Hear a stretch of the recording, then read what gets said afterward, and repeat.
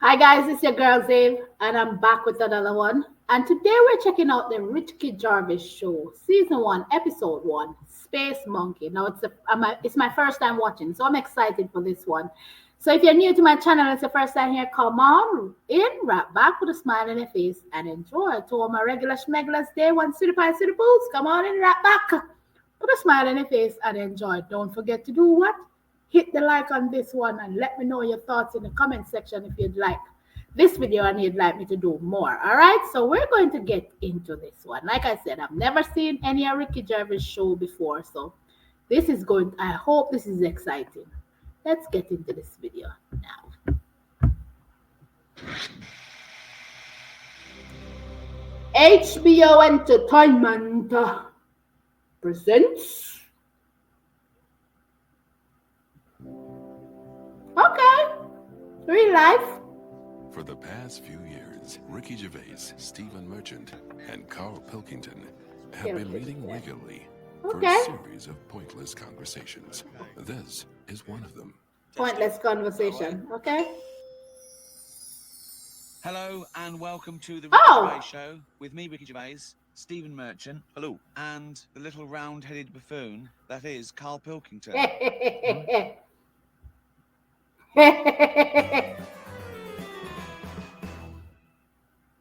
Now, you probably know me from such works as The Office and Extras, Stephen being my co-writer and co-director on those things. For those people who are not so aware of Carl Pilkington, he was our producer, sort of given to us when we first started on XFM. And you're thinking, well, why are we doing a podcast? It's because I like to be in a room with Carl Pilkington. You know, like some people go and help sort of chimps. Do they? Yeah. Well, they go to the jungles and things. And help out little sort of endangered Dying species. Fossey or whatever. Exactly. You're very Yeah. much a dying Fossey of the little bald mank world. And Carl Pilkington is an ongoing experiment for me because I've seen him blossom from an idiot into an imbecile. I want to see it through. Look at the way he's looking at us. Look at that. He's got a perfectly round head. And that's why I'm doing this podcast. Carl, what do you think about all this? Poor Carl. He's blossomed from an idiot into a buffoon. His head is round. It's pretty round for real.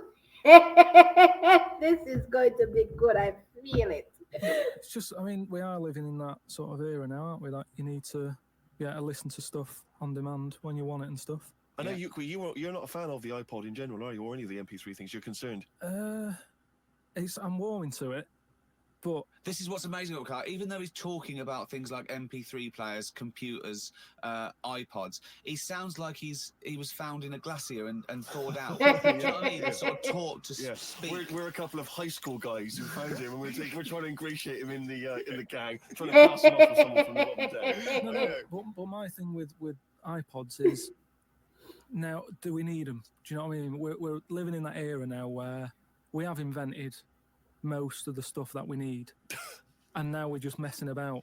They said that in 1900. Someone actually said everything that's to be invented has already been invented. They said that in 1900. And how wrong were they? No, sure. What came out? At what point? What was invented in that year where they went, right, that's it now? The 20th century. Think what happened in the 20th century. Go on. Well, planes. Yeah, but is that a good thing?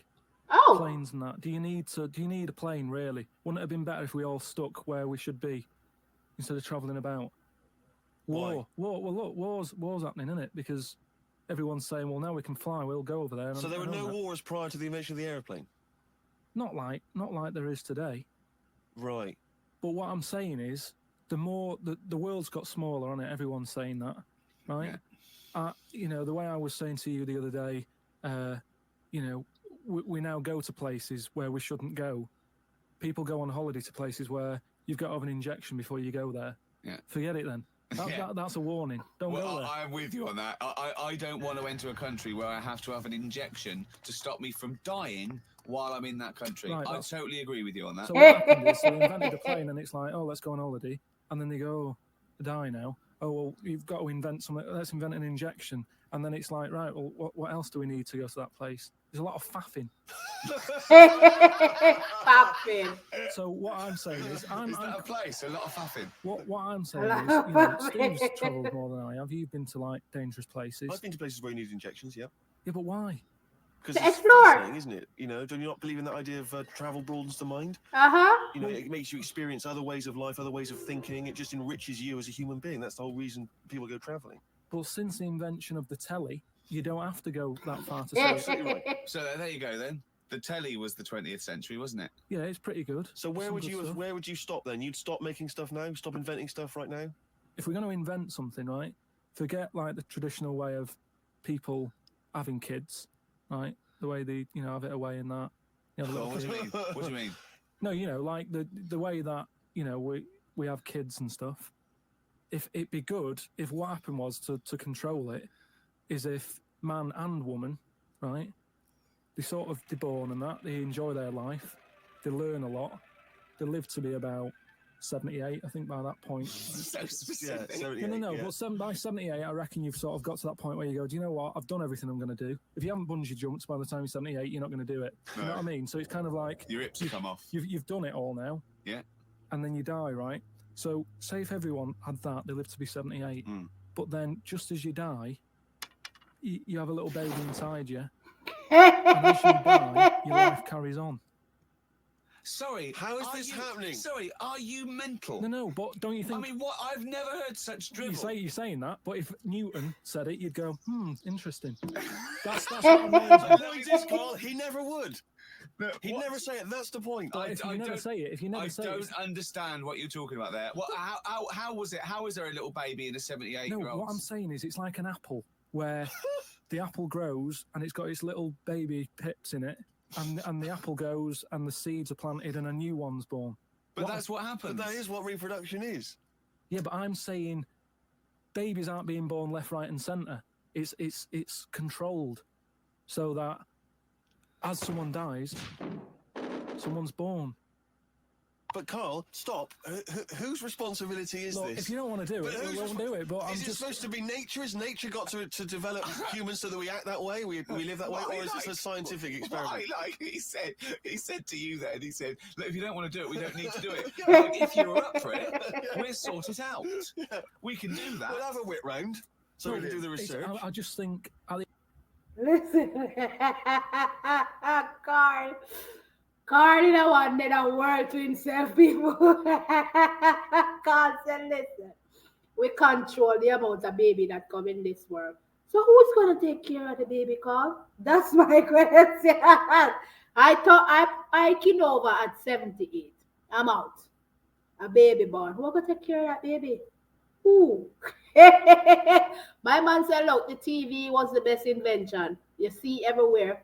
But the airplane is there for travel, man. To explore different culture, to see what people do and have fun. This is the concept. Nope. At the end of the day, we've got to do something. And is anyone keeping an eye on this and looking at what we can do next to control the population thing? It does my head in that I've got to live in London for work and what have you. And there's loads of people here. And, forget going out on a Saturday night, it's too busy. And you can't move and they keep... I mean, what annoys me about London So is... your solution is that 78-year-old women have little babies inside them. And as they slip away into death, the little babies... And how is that baby then Who looks raised? after Who the looks baby? after Yeah. the baby? Because it's a pretty good system having a baby while you're young enough to look after that baby and make sure it lives to, reproductive age itself. I mean, that system's been working for years. Nature sort of sorted it out. Natural selection and evolution sort of makes that a good model. But wait a minute, nature. Pop that on hold because Carl Pilkington's got an idea. Yeah. Yeah. That's what it was, just an idea. Yeah, well, it was nonsense. I mean, it was the ramblings of someone you'd find by themselves in a hospital eating flies. This is the sort of thing you find when if they find maybe a pamphlet or a booklet written by a psychopath. Someone, just before they went on a rampage and then turned the gun on themselves, they go through their possessions and they find a book and it's got weird drawings, women with knives in their face, and this kind of garbage. In fact, I saw a similar sort of theory written out on a wall, but it was written in shit. Exactly. Yeah. No, all I'm saying is, I think it's when people die normally, everyone's fed up about it, aren't they, and a bit down. But if when you pass away, you go, oh, we're going to miss Gladys or whatever. But then there's this new life brought in. It's almost like a bad news, good But news. you're talking about it like someone could pick this idea up and run with it. Like you've given them enough information to do it. How is this possible? Where does she get the baby from? Why does it grow? Why grow it in Gladys's belly? Why not have it in a drawer? There you go, just add water. I mean, who looks after son of Gladys? There is no theory here. It's the ramblings of a madman. What I'm saying is, though, the body's always changing, innit? From caveman In to it. now or whatever. In It's some changing. cases. And they're always finding out more and more. Like I read the other day about how they're saying, do you know, like they say people have 6 senses? Yeah. There's loads more than that. Right, Right, and there's this one. Jose, show me that you've got one. No, right, and there's this one that's knocking about. Go on. That what it is. Say if I'm in a pub, right, and I'm just doing a crossword or whatever. Unlikely, but go on. And there's some woman who's walked in, right, and she's staring at me. Yeah. I know she's looking at me, and I look up and I look round. She's looking at me, Right. and they're saying that's a new sense that they found out from doing tests and what have you. Yeah, it's rubbish. And they're saying okay. that's been around since like man and dinosaur was knocking about. They've stopped. No, they've pursuing- explained I it. think it's safe to assume that, that with your perfectly round head, people are always stopping and No, looking. but they explained You it. just know that there's probably going to be someone there if you They, look they right. said it's from the time when like caveman was like wandering about, and he'd go, hang on a minute, and he'd look round, there's a dinosaur there or whatever, and he'd leg it. This is nonsense. It's not. I hate when people use the term when caveman was wandering around. Caveman and dinosaurs. Oh, they used to live together. Yeah. Oh, that's the same era. Yeah. What have you been watching? Raquel Welch. What do you mean? Well, what do you mean caveman wandering, knocking around with a dinosaur? You know the Flintstones is only partly based on fact. Dinosaurs and man did not coexist. The dinosaurs had long gone before man arrived. Extinct. Kaput. You don't believe us? What, you don't believe because you've seen... Because you saw that film where they took pictures of lizards and magnified them and put them next to men in films so they looked like they were fighting. Yeah. No, but why couldn't that have happened? What is the film with Raquel Welch? A Million Years BC. A million years BC or A something. Million Years BC. Brilliant. Yeah. Yeah. No, but She had a sort of woolly mammoth bikini. Fact. why wasn't the dinosaurs back then just like how we have dogs now in a way? He's watching the Flintstones. He's watching the Flintstones. He's thinking of the Flintstones. That's what he's When he thinking. puts out the saber-toothed tiger. Yeah, and then yeah. Dido And he when mixes in. his concrete in a pelican. Yeah. I just think that there must have been a crossover point. Why? Why did you say that? Why do you think there must have been? There a must crossover have point? been. Because if nothing was knocking about at any point, how did anything carry on? I know. Exactly. Why didn't Hitler meet Nero? It's weird, isn't it? There must have been a crossover. They must have met somewhere. They must have met at a party somewhere. They mixed in similar circles. Yeah. They must have bumped into... I can't believe it. Yeah, forget it. I'm done with this. Well, now time for one of our regular features. Monkey news. Do the jingle. Oh, chimpanzee that monkey news. What we're doing here is just giving you a bit of monkey news that's gone on, right? Where a monkey's been involved in it. Good little story in that. Yeah. Are you familiar with the one that went into space? The first sort of thing they ever sent up there before man did it and all that. You see, this is what annoys me with it really. Armstrong gets all the glory, but do you know who went up there before him? A monkey. Yeah. And what happened is they taught it what buttons to hit at the time that it needed to hit them, and the way they did this was like give it bananas. It was like hit the red button, and it hit the red button, they'd give it a banana. Right. And they go, right, reverse is the green one, hit the green one. And then they do that and go, there's a banana. And then they go, right, hit reverse, and it go and get a banana. Hit the red. So it was taking commands on like headphones. Right, but how are they Is giving that it the how you banana? learn to do radio? How are they giving it the banana? What do you mean? No, Well- this is before it went. You wouldn't just go and put a monkey in it and go, there you go, get on with it. They'd sort of put him in one of them capsules that you get, Yeah. and they were on headphones. I don't believe this happened. Well, I'm telling you the story now. So the monkey I sat... don't think they trained it to do anything. I think they sent it up there and he put electrodes coming out of it to see No, what. It wasn't any of that. They did a thing like they do, like they can with animals. If you give something, like a treat, you can teach it how to do it. It's just like a dog, isn't it? It's called Pavlovian conditioning. However, that was to see if it would salivate or go over to a particular corner, not if it could control a spacecraft. Next one up. So next one up. As far as the monkey's not sat there going, oh, I'm a bit under pressure here, it's a rocket. All that's knowing is, I'm getting a banana if I hit that button. That's all the monkey's thinking about. They wouldn't, but billions of space dollars. How can they be sure that it's going to press the button at the right moment? Because it's got headphones on. It's not like willy-nilly. It's not just like pop it in there. What's to stop it from just hitting it any old time? Because it's a monkey and it's not a human. Because he's trained now. But anyway, it's trained. It's fully trained, yeah. What happened is, anyway... Oh, this is absolute rubbish. They pop the monkey in there. Yeah.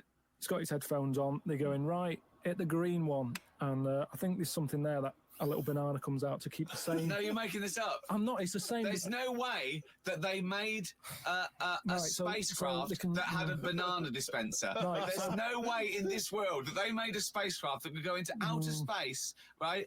Manned by a monkey with a banana dispenser. So you're saying that it's easy to send something up to space, but you don't believe there's a little banana machine?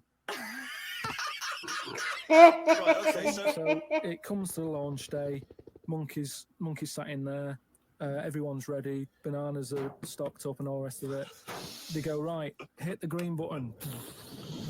Right, and the rocket goes off and what have you. No, they would not make the monkey launch the rocket. Carl, you are living in a cartoon world. So the rocket goes off, right? This is absolute bollocks. It's all going well. I mean, I don't know what you're going to... It's not going well. There's no way a monkey launched a rocket. There is no way a monkey launched a rocket, you idiot. It's all going on. So they're going, hit the left button, and it goes a little bit left. Well done, Spacecraft Command. This is Houston. Hit the left button. Oh, brilliant. This is what happened in Apollo 13. Hit the left button. So it goes left. Yeah, it goes left. So it goes left, and it's going away. It goes left. No, the moon. You're going right. It goes for the moon. Everything's going well. Right. They get up there. It does whatever it does.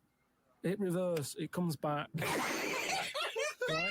So then honestly, you are brain dead. So you are one of the most stupid people. That I would rather have the monkey drive me home than you. So the thing is, so it lands back. It does a good job and everything. It gets out. And this is bananas. This is where it turns a bit sad, because after it's done that mission, right? Because it happened and it was all safe and everything. The next one would have been to send man. Right. So the monkey enjoyed it, and it was like, well, I want to do it again, right? But they were like... So how did they know that? How did they know? Just the way it looked and what have you. It was like... Just the way it looked! You are a maniac. So the thing is, though, right? I could sit here and listen to them all day long. Not to mention the accents. I'm like, boo, baby. Talk to me. They're funny. I think it is funny. So after it had done that, it was on such a high, right? Yeah. It could never get that high again. There was nothing that it could do. Went on tour, did it? It sort of ended up killing itself. It could never get that buzz that it got. Right, that was absolute bollocks. None of that is true, except they sent a monkey into space, and I'll check that out. Absolute drivel. So in your mind, it committed suicide. It went on a crazy bender, drinking drugs and women, and then it stayed in a motel room.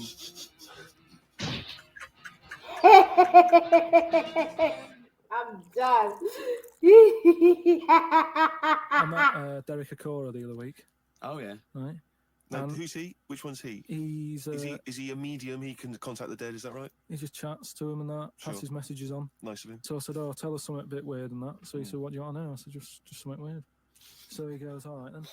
He said, "Here's one for you, right?" And he said, "There's this pub out in the country, and he said there's this mug. Do you know those old mugs that they have, where they used to like leave their own cup knocking like about, didn't they? Oh yeah. The tankard thing. Yeah. So there was one of them mugs in there, right? And everybody... Tankard, let's use tankard if we've established that. Tankard, yeah. Because you're the only mug in this story. Great. So this tankard's knocking about, right? and everyone who's running the pub keeps going, "Oh, I wish they'd stop leaving this tankard about," right? And they pick it up. It must be a pain. Having a tiny, small tankard in a pub, that must be a real grind. So every time they sort of picked it up and went, "We'll have to wash that," and they popped it on a different sideboard. Next thing you know, that person who's touched it died, right? Sure. So They must have been getting through bar staff. So they kept getting new staff and that. And they were like, "Oh, what's the connection here?" Right? What's the connection here? Oh, God. So they get a vicar in. Of course they do. And they go, "Look, there's a lot of weird stuff going on here. This tankard, every time someone touches it, they die." So he said, "Leave it with me." He gets his special water out and what have you.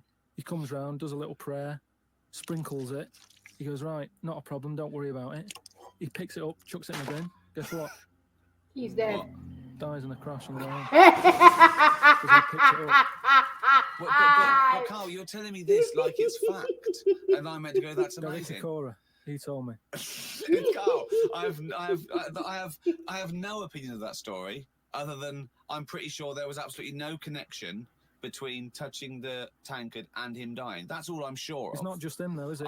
I'm not going to even contest the chain of events. All I'm saying is there is no connection. There is no connection possible because I believe in logic and the laws of the universe. Yeah, but what I mean, you never pick up a vibe of. Like, I've got a mate, right, who he's living in this big stately home, right, and he's living in there now. He pays £100 a month.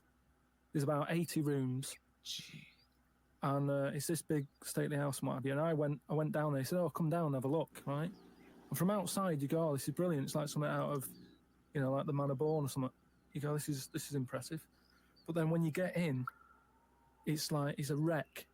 And we go in, and all the floors are like a wreck and rotten and stuff. And I looked at the wall, and there was like a little piece of paper stuck on the wall, right? And I said, "What's this here?" So I wandered over, right? Got right up close to it, and somebody had roted. Somebody had roted? No. Somebody had roted. Right, go on, sorry. So there's a little sign there, right? And I go up to it, and it says "flies," right, with an arrow. Flies, like flies this way, right? I think that's a bit weird. So I follow the arrow, right, which goes to this corner where there's a shelf, about 3,000 dead flies on it. Condom stuck on the top. That's weird. That is weird. That is weird. Right? So I'm looking at that, and there's loads of stuff on the floor and that bits of paper. Picked up this bit of paper, right, and it had like in biro and that. It looked really old, like it'd been there years, and it had something like "need nappies, dummy, blankets." Like all this, like all stuff for like, and I turned it over, right, and it said, "None of this now needed. Baby dead." Now that's weird, isn't it? Now that's what I'm talking about when you get a bad vibe. You go, "That's who's been in here." It's bad vibe. It's just based on the fact that your mate's in charge. Yeah, that's terrifying. I mean, yes, so it's like saying, "Are we scared of the dark?" Yes, I understand why people are scared of the dark. I'm a little bit scared of the dark. You're walking along because you don't know what's in it. Yeah, you don't know what's in the darkness. That's why people get nervous. It doesn't mean you have to make the leap then that you've got some paranormal sense. "Oh my God, I'm Carl Pilkington, and hang on, just like Derek Acora, I have sensed something strange and evil in this room. Wait a minute, there's some flies in a condom." I was right all along. That is weird. Flies in a Johnny equals badness. The flies in a condom was weird. It's weird. I don't know. But the notes. I just think of his face when he saw that. Reading it by torchlight. You must have been terrified. It's a bit odd, isn't it? This is interesting. Straight up interesting. Carl is chatting beer rubbish. But they did say it. A show where we sit down and talk nonsense. Jesus. That is funny. I'll be checking out another one. Jesus, can you imagine? A condom, a bunch of over 3,000 flies. And the list, and don't bother with it. What a story. Look, we have more than Six senses. The other one is when you can figure out that somebody's standing behind you without you, called intuition. You can feel the eyes. I'm done. Okay, guys, that's it. Let me know your thoughts on this one. Do you guys want me to check more out? Let me know. It's your girl and I'm running out of here. Srini Compose sitting at a table. That I'd say. Oh man, bollocks. Chatting bollocks indeed. Ooh, love you guys. Be good, be safe. Put a smile on your face. Continue to enjoy life. See you in another one. Bye.